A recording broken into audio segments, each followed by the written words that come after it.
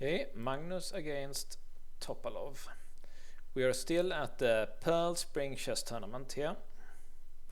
The tournament Magnus won, we are still 2009.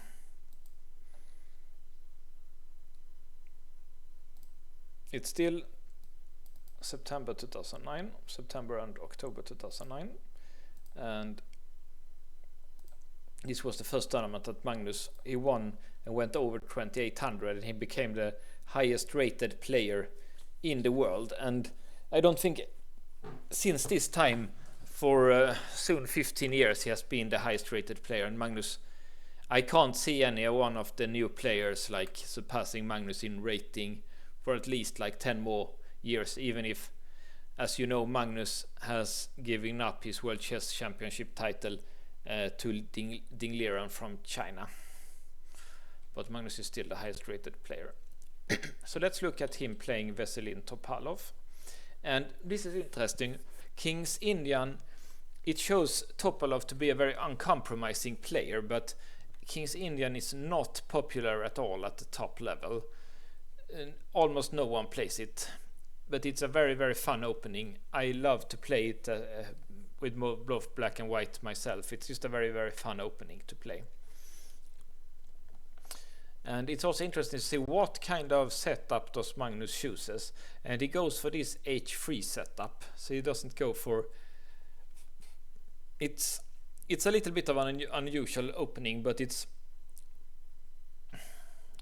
a good one. Like bishop e2 is probably the main line, but this is also fine. Like, so it would have been interesting to see what would have happened if Topalov played like just normal play here. It looks like computer likes to play d5 here, so I guess Magnus would have played like that.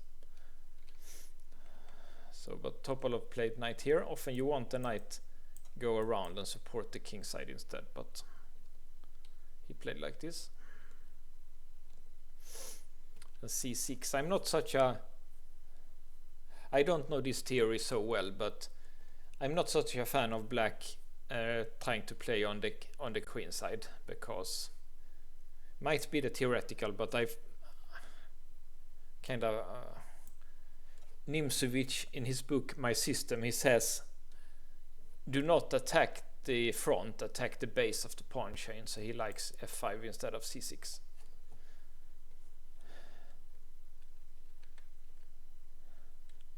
Looks like this is interesting, apparently.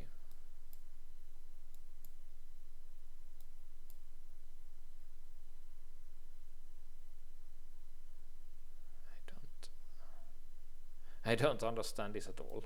Like, what?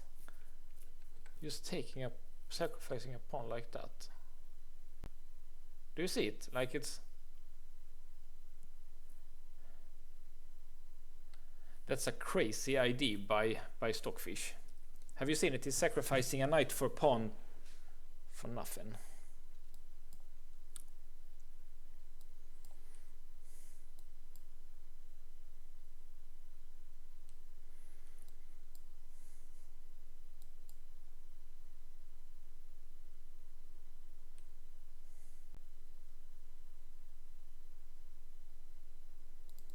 Okay, so just go here apparently.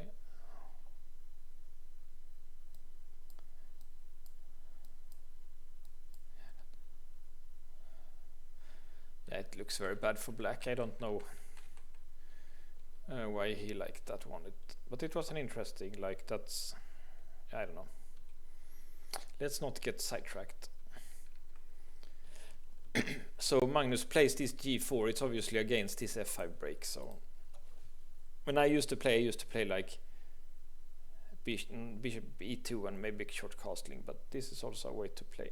So it would be good to follow actually how Magnus plays, because he's just very good at this game. So now when black is ready, when he moves the knight, black is ready to play this one, and then he puts the rook here so he can takes and maybe start something here.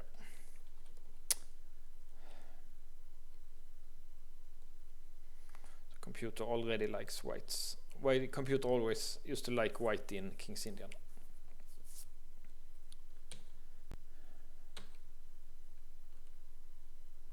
He's trying to trade bishops.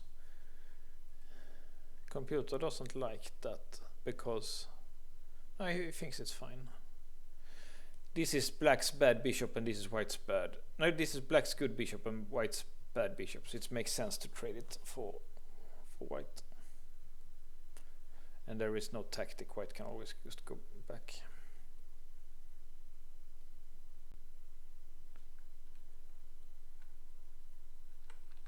And that was a strange move. Bishop f6 to d8, that's a strange move. This bishop looks bad, but it defends the king, so it's always good, often good, best to keep the bishop on g7 because it just defends the king so nicely. So this computer didn't like this maneuver by Topalov. And also knight a8. We don't like knights in the corner. Okay, Magnus took, that was alert to take there. Okay, so he took.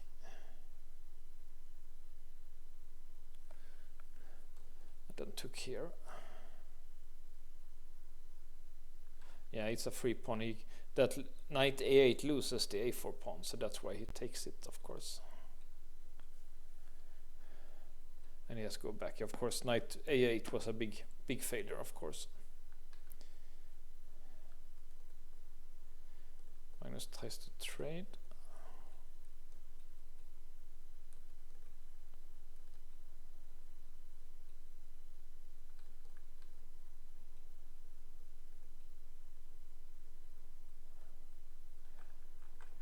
Yeah, he's just playing excellent here. I'm going too fast, but Magnus is just playing an excellent game here against like a 2800 player. He's just no chance for black here, it feels like.